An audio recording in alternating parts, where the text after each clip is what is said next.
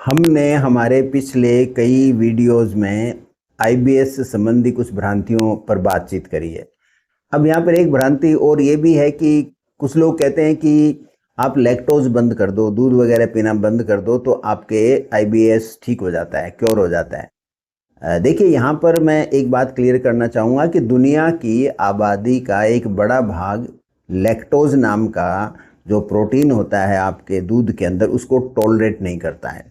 तो उसकी वजह से कुछ लोगों को, और अच्छी खासी प्रतिशत है लोगों की दुनिया में, उनको दूध सूट नहीं करता है, वो लैक्टोज इंटॉलरेंट होते हैं। तो यदि आपके आईबीएस है और आप लैक्टोज को छोड़ते हो, यानी मिल्क को छोड़ते हो, दूध बंद करते हो, तो हो सकता है जो लैक्टोज इंटॉलरेंस वाला जो आपका पार्ट है वहाँ पर आपको निश्चित रूप से फ़ायदा मिलेगा। तो कुछ लक्षण अच्छे खासे कम हो सकते हैं।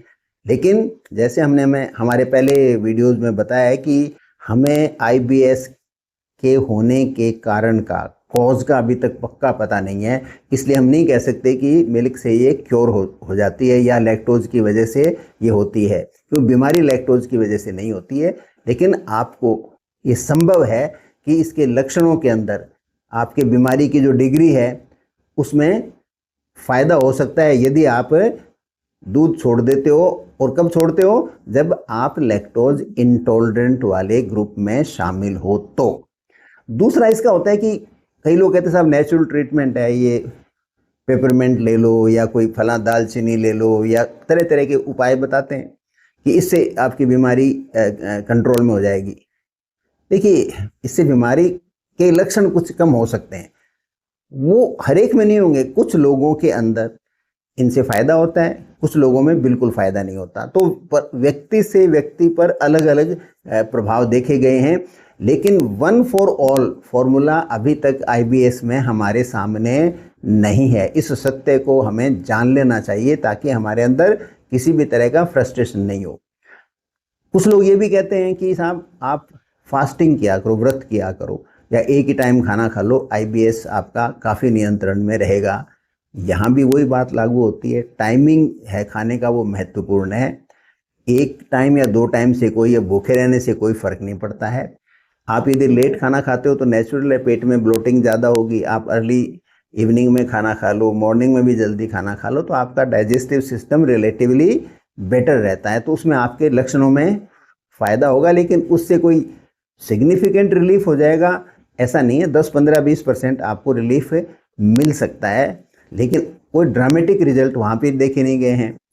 यही बात फाइबर पे लागू होती है। जैसे मैंने मेरे पहले वीडियो में बताया था कि हमें फाइबर लेना चाहिए, लेकिन यहाँ भी एक जागरूक रहने की आवश्यकता है। ज़रूर से ज़्यादा फाइबर लोगे तो फाइबर भी पेट को ब्लॉट कर देता है, पेट को फुला देता है। तो आपको कंट्रोल्ड वे में अपने किसी अच्छे जान पहचान के डॉक्टर या कोई जो आपके जो भोजन के सलाहकार होते हैं, डाइटिशियन, आप उनकी राय लेकर के और फिर इस पर आप एक्शन लो। या फिर आप आजकल मॉडर्न टाइम में चैट जीपीटी या कोई जेमिनाई है, या कोई जो मेटा का कोई जो भी आर्टिफिशियल इंटेलिजेंस के डिवाइसेस हैं, उनसे आप इस बारे में पता कर सकते हो। और कुछ लोग नेचुरल है, बीमारी का फ़ायदा सब उठाना चाहते हैं, तो वो तरह तरह की आईबीएस डाइट लेके आ गए भाई लोग। देखिए, कोई भी आईबीएस की डाइट नहीं होती है। आईबीएस की अपने आप स्पेसिफिक डाइट कुछ भी नहीं है। क्यों नहीं है? क्योंकि मैंने जैसे बार बार मैंने इस सीरीज़ में आपको बताया कि आईबीएस का हमें कॉज ही पता नहीं है। अभी तक हमें पता नहीं है कि किसी व्यक्ति के आईबीएस हुई है तो क्यों हुई है, तो उसका आप इलाज कैसे ढूंढोगे जिसका आपका कॉज ही पता नहीं है। तो खाना भोजन संतुलित सा रखिए आप, जिसमें प्रीबायोटिक हो, यानी फाइबर हो, थोड़ा थोड़ा उसके अंदर प्रोबायोटिक हो, दही और इस तरह की चीज़ें हो, जो फर्मेंटेड चीज़ हो। एक मॉडरेट सी आप एक्सरसाइज करो, नॉन कॉम्पिटिटिव एक्सरसाइज, प्रतिस्पर्धा विहीन जो कसरत, आनंद देने वाली कसरत है, आप वो करो। थोड़ा मेडिटेशन कर लो, थोड़ा खाने का टाइमिंग का ध्यान रखो। तो ये सब चीज़ें करोगे तो आपकी बीमारी जो है वो एक नियंत्रण में रहेगी।